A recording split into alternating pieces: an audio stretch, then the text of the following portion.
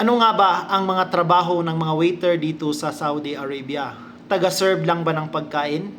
Tagalista lang ba ng mga orders? Tagaligpit ng mga kinakainan ng ating mga customer ng restaurant and etc. Isa-isahin natin dito guys. Hindi po ganon kadali ang trabaho ng mga waiter dito sa Saudi Arabia. Pero nakadepende pa rin yan sa company na papasukan mo or employer na papasukan mo dito. Pero kadalasan talaga dito sa mga waiter ay mga bugbog sarado talaga yung trabaho. Hindi ka talaga makaupo, lalong-lalo na kapag super busy. Baka isipin ninyo na madali ang trabaho dito para sa mga kababayan nating nag-a-apply ng waiter dito sa Saudi Arabia. Ito yung sasabihin ko, ang mga kadalasan na trabaho natin dito.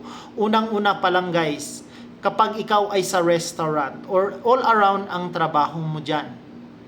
Minsan, ikaw yung mga tagalinis dyan sa mga bintana or sa mga window. Kasi kadalasan dito guys, salamin. Linisin mo yan dyan buong buo na sa buong restaurant. Linisin mo yan. Yung mga lamesa, linisin mo. Toilet, linisin mo yan. Then, minsan guys, mapupunta ka pa sa kitchen. Nakadepende yan sa manager mo or supervisor mo kung saan ka ilalagay. Di porket yung visa mo is waiter lang ang trabaho mo. Marami akong mga kakilala dito sa Saudi Arabia at marami din akong kasama noon. At saka guys, yung mga wala talagang experience as a waiter, yung gumagawa lang sila ng mga certification para matanggap lang dito, para makapunta lang sa ibang bansa. Sila yung mas nahihirapan at hindi nila maiintindihan kung ano talaga ang trabaho. Guys, hindi lang po waiter ang trabaho natin dito. Taga-serve ng pagkain, tagalista ng pagkain at tagaligpit ng mga plato, kundi all around. Kung ano po ang trabaho sa buong restaurant, tatrabahuin mo yan. Kasi minsan guys, rotate ang mga empleyado.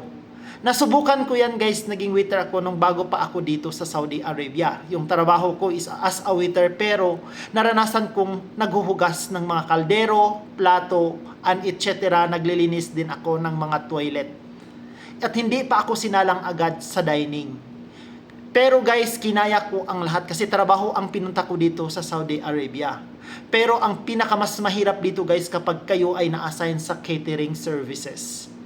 Katulad sa akin guys, isang VIP waiter ako guys sa isang catering. All around talaga ang trabaho. Unang-una, ikaw yung magbubuhat ng mga plato, isasakay mo sa truck or sa sasakyan.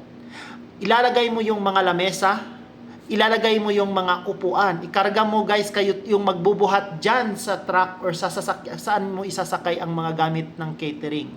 Pagdating nyo sa catering guys, kayo pa rin ang magbubuhat ng mga plato, lamesa, at saka guys, lahat-lahat guys, kayo ang mag-set up pa. Pagkatapos nyong hakutin yan guys, isi-set up nyo na naman yan.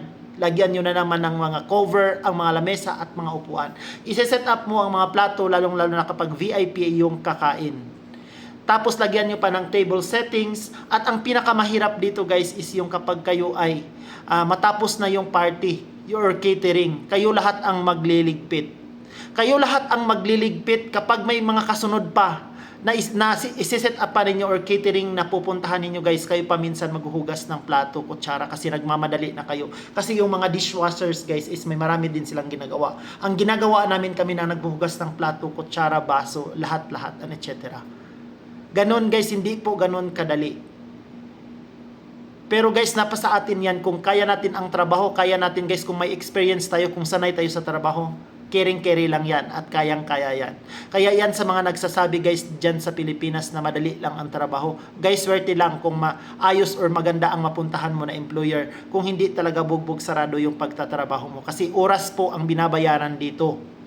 Oras po ang binabayaran dito at wag ka pong nakakatunganga lang dyan at makikita ka ng mga supervisor mo, manager mo, lalong-lalo na kapag makapunta kayo sa mga manager na mga Arabo, Egyptian, Sudan, Diyos ko, maiiyak kayo at mapapagsabihan tayo na hindi masama. Yan talaga naranasan ko lahat. Kaya guys, sa mga interesado dyan sa waiters, wag nyo nang isipin guys kung ano ang trabaho, basta importante may trabaho kayo at kaya nyo ang trabaho at sasahuran tayo ng maayos. Yun ang pinaka-importante dito. Sasahuran tayo ng maayos at bibigyan tayo ng day off every week. Yun ang pinakamaganda. 8 hours duty, kapag sa lampas-lampas, pwede po yang i-overtime. Yun lang guys ang masasabi ko. Sana guys, alam niyo talaga ang pinaka-importante makikisama. At wag niyong sasabihin na, ay waiter yung trabaho ko, visa ko is waiter lang din ang trabaho. Hindi po. Mapapahiya kayo dyan kapag yan ang sinasagot ninyo. Sasabihan ng mga employer niyo, sige umuwi ka ng Pilipinas. Yun lang and have a nice day. Please follow, like, and share para updated kayo sa aking susunod na video. Maraming salamat.